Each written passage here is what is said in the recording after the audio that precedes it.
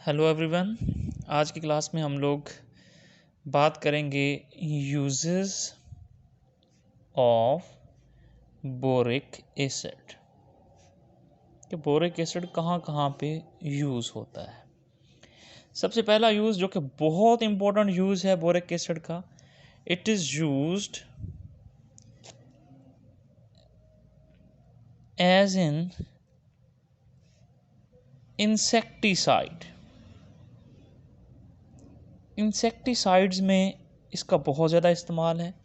अगर हम मार्केट में जाएं तो हम लोगों को बोरिक एसिड बेस्ड इंसेक्टिसाइड्स मिलते हैं। उनके ऊपर प्रॉपर मेंशन होता है कि बोरिक एसिड इंसेक्टिसाइड्स।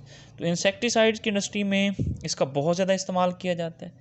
इस तरह से अगर हम मेडिसिन्स की फील्ड में बात करें तो मेडिसिन की फील्ड में it is mostly used as an antiseptic. इसको हम एंटीसेप्टिक के तौर पर यूज़ करते हैं।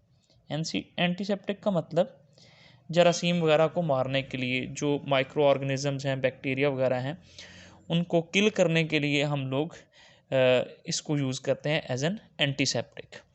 इसके अलावा डस्टिंग पाउडर में इसका बहुत ज़्यादा इस्तेमाल है। डस्टिंग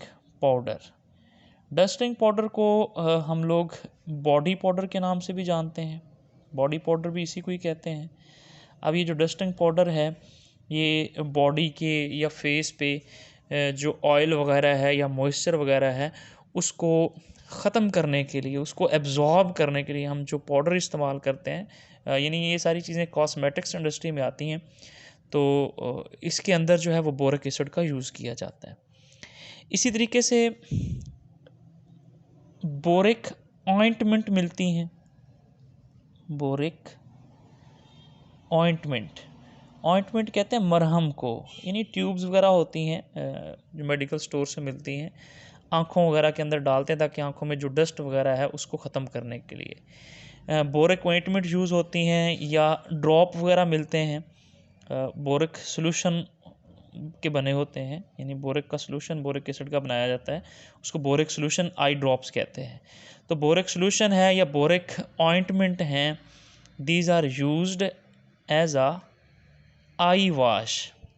तो आई वाश के लिए हम लोग जो ड्रॉप्स यूज़ करते हैं या मरहम यूज़ करते हैं, इनके अंदर भी बोरिक एसिड का इस्तेमाल किया जाता है। इस तरीके से पोट्री वाली इंडस्ट्री जो है, इसमें बोरिक एसिड का भी बहुत ज़्यादा इस्तेमाल होता है। Boric acid is used in pottery कहते हैं मिट्टी के बर्तन बनाने वाली जो इंडस्ट्री होती है, उसको हम पोट्री बोलते हैं। तो पोट्री में एज आ ग्लेज हम इसका यूज़ करते हैं।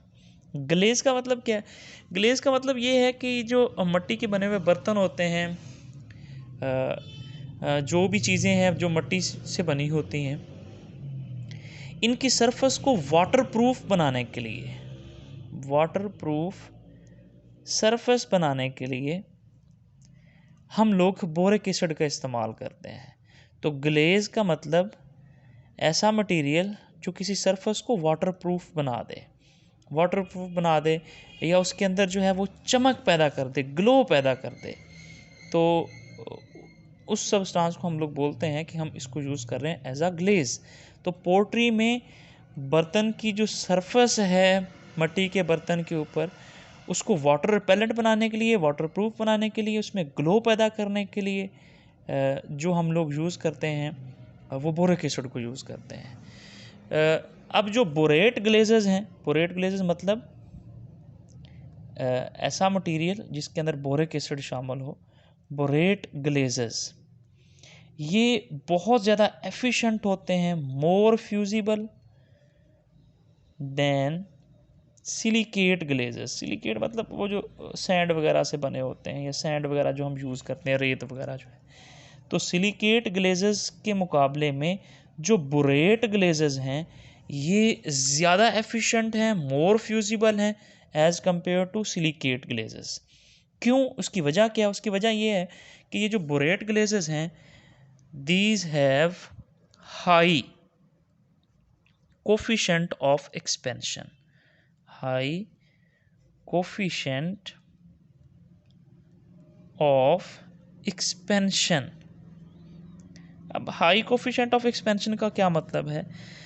हमेशा याद रखें, जिस भी मटेरियल का कोफिशिएंट ऑफ एक्सपेंशन हाई हो, इस बात का मतलब ये होता है कि it requires more heat for melting. तो मेल्ट होने के लिए बहुत ज़्यादा टेम्परेचर रिक्वायर होता है जिसका कोफिशिएंट ऑफ एक्सपेंशन हाई हो, और जिसका कोफिशिएंट ऑफ एक्सपेंशन लो हो, इसका मतलब ये होता है कि थोड़ी सी हीट पे ये मेल्ट हो जाता है। तो बोरेट ग्लेजेस, यानी अगर हमारे पास जो मिट्टी के बर्तन हैं उनके ऊपर जो कोटिंग है वो बोरेट ग्लेजेस की होगी, तो ये ज़्यादा सूटेबल होगी हमारे लिए। क्यों? क्योंकि जब हम लोग इसको हीट करेंगे, चूल्हे पर रखेंगे, गर्म करना शुरू करेंगे, तो ये मेल्ट नहीं होगी। क्यों? चूँकि इसका कोफिशिएंट ऑफ एक्सपेंशन हाई है, यानी ज़्यादा हीट चाहिए इसको मेल्ट करने के लिए। इस वजह से बर्तन की जो डेकोरेशन होती है, वो जो चमक होती है, वो मेंटेन रहती है, ताकि हम जितना भी उसको गर्म कर लें। तो ज़्यादा गर्म करने से भी उसकी जो वाटर प्रूफ वाली सरफेस है वो डैमेज नहीं होती। इसी तरह से बोरिक एसिड जो है, it is also used in candle industry. Candle industry में भी इसका इस्तेमाल किया जाता है। कैंडल इंडस्ट्री में हम लोग विक्स जो है, विक्स बोलते हैं हम लोग मोम को, मोमबत्ती की जो मोम होती है उसको विक्स कहा जाता है।